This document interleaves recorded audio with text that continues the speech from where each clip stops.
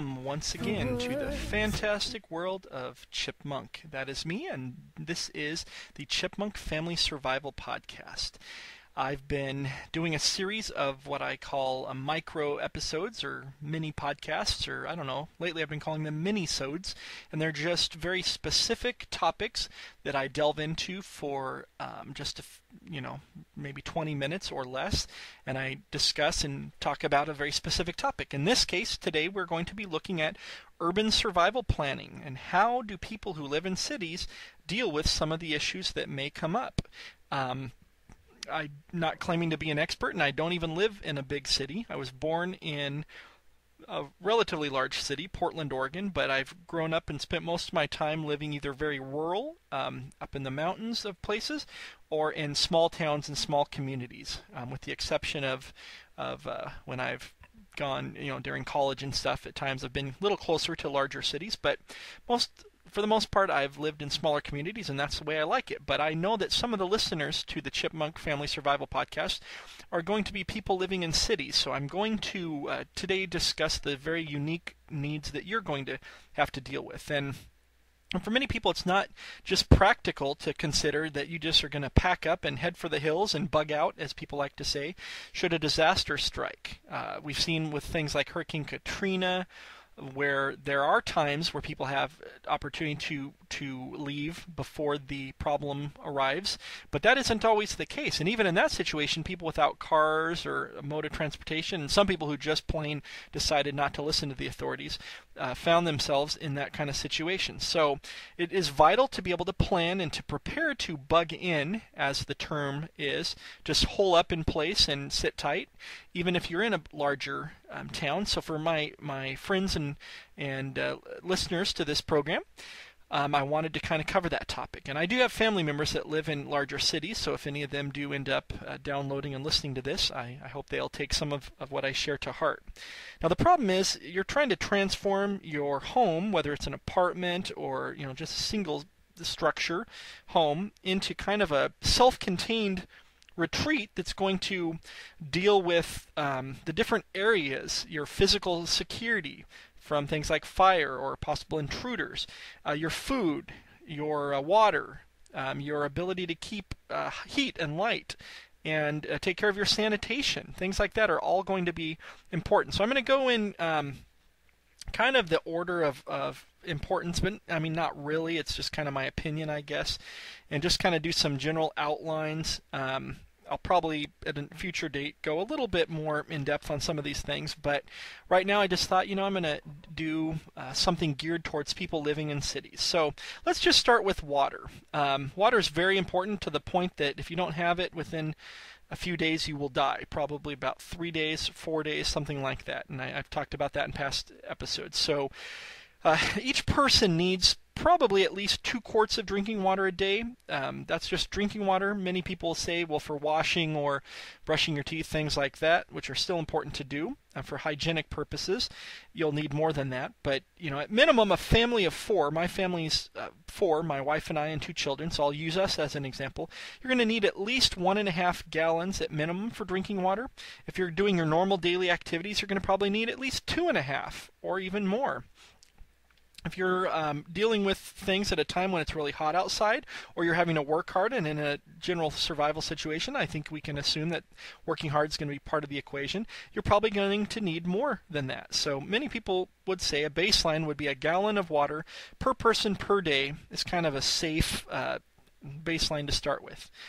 So 30 gallons times whatever number of people, in my household there would be 4, so 30 gallons times 4 is what you would need to want to store if you're looking at a 1 month storage facility, or storage setup, I should say. So 4 people times 30 gallons would be 120 gallons, and that may seem like a lot, and it is. But this amount of water could be stored on site in 55-gallon drums, those big drums, or even in an auxiliary water tank. I guess if you needed, let's say, using that number, 120 gallons, you'd need a couple of those 55-gallon drums, and that still wouldn't be quite enough. But that's one thing or one option if you want to do it in larger things. Some people, if they have swimming pools, can store water in that. Although, like I've said in the past, if it's chlorinated, you're going to need to find ways to be able to prune some of those chemicals and other things out of it. In addition to that, that factor, you have the option of buying the flats of waters. They usually come in packs of 20 to 24, even up to 36 or 40, and those can be a bit more expensive, but they're a way to have just in your pantry or stored in your basement, some extra water on hand to deal with that sort of thing.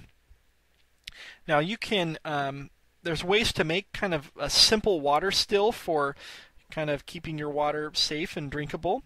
You can make it by taking a few feet of that coiled copper tubing you see sometimes and connect it to a big kettle lid or something, and then you just boil the water until it passes through that coil, and then it'll recondense and flow back into your holding tank, and then you've got boiled water that you're storing. That's one way to kind of use almost like a still setup. You can also buy commercial stills, but I don't know. You can make one fairly simple. I mean, even someone like me who's not particularly handy can often use that copper tubing and make stuff out of it if they need to. You can also buy filters and things like that will, in most cases, filter out most of the germs. The ones that really work well are those big Berkey ones that I've mentioned in the past. From everything I've heard, I don't have personal experience with them yet, so I'm just going on kind of what I've heard. And you can also get water purification tablets that will kill the bad things in them mostly. One little trick that I found when water's been kind of stored in a way where it's kind of flat and somewhat stale is to take two water containers and kind of pour the water back and forth between the two containers. That seems to oxygenate the water and make it not taste so flat, and I don't know, that makes a big difference for me when I'm drinking water like that. So that's water. Food is another thing that's always necessary for us. We can last a little bit longer without it, but we don't function nearly as well. I watched a program, I think I mentioned it before, I watched a program with my wife recently, and it was called Out of the Wild, the Alaskan Experiment. I think it was the second year they did it, so this was the second year that I'm talking about. And the people were dropped off in the remote wilderness and had to try to find their way out, and for most of the time they were there, they did not have enough food. And you could tell just how much poorer their performance was in gathering resources and things that they needed when they did not have enough food. And I found out later, watching something on YouTube, it said that they were surrounded by caribou. There were caribou everywhere around them, but they weren't allowed legally to shoot them. So during the show, they would hunt for small game, they would hunt for bear, but here they had a food source that they were not legally allowed to try to access. However, in a true survival situation, that's not going to probably be a consideration. Although I have heard anecdotal evidence, back during the Great Depression, that deer were almost hunted to extinction. So don't count on hunting for your food if you can help it. But you do need to have a certain number of calories per day. Most people in a stressful situation need about 3,000 to 5,000. So your food supply you should stock up a sufficient amount to be able to guarantee that caloric intake, that number of calories, for a period of time, however long you think the disaster could be. I'd say a minimum baseline to start would be a week to 2 weeks, and then keep building on that. Try to build, even living in the city, if you've got room in your house or apartment that you can store it, try to store 30 days, 60 days, 90 days, as much as you possibly can. And since you're going to be bugging in, so to speak, that's that term we use for planning to just stay on site in a disaster, you don't need to worry about the bulk and how much weight it takes. So you can use canned goods to compose a lot of your stockpile. And you've heard me say that before, that I think canned goods are really a good option because they come with their own water in most cases, and you can use that water to cook them in to make sure you have enough water. Rotate your stocks as you buy stuff. Use whatever's the most recent dated products that you have, and rotate those out, and then buy kind of to replace those. And you'll hear other people like Jack Spirko on the Survival Podcast, who I have a lot of respect for. He says, store what you eat and eat what you store. Get the stuff that you're going to use. Don't just buy some and buy and throw back some MREs in a closet somewhere and think that you've met your food storage needs. Make sure that you will actually eat this stuff. Don't try to store too much stuff in your freezer or your fridge. Electrical power can and very likely in a major disaster will go out. And so if you got a lot of frozen food, you need to use that first.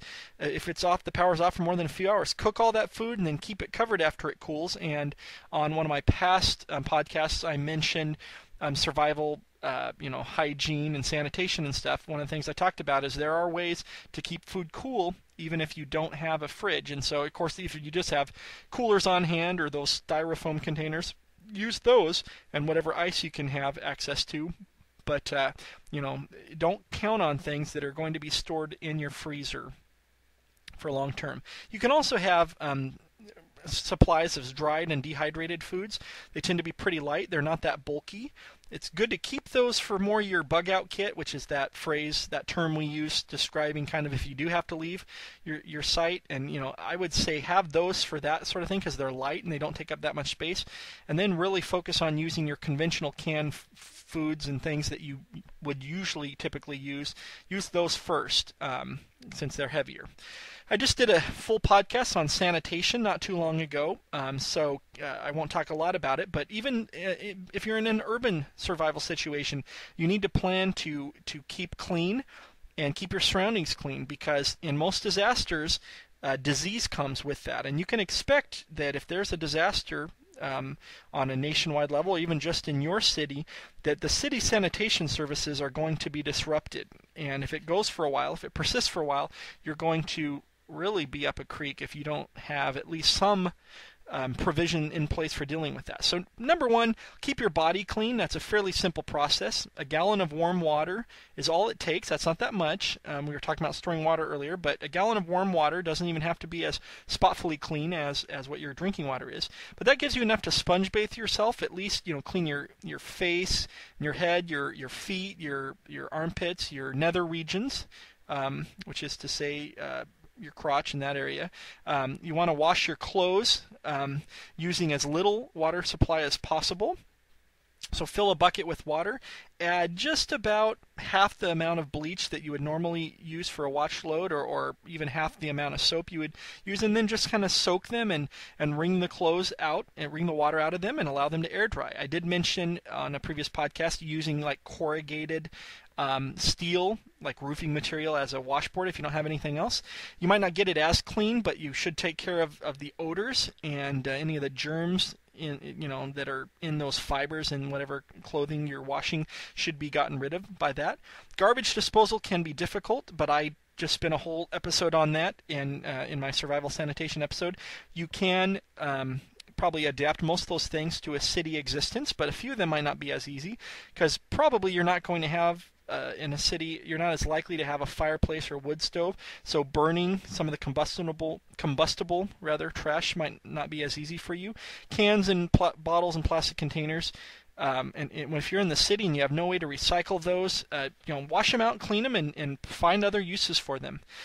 Rats are often an issue in cities, and especially in a city that's hit by a disaster over time if it lasts for a while. So you may want to stockpile some extra traps and decon and some of those rat poisons, things like that.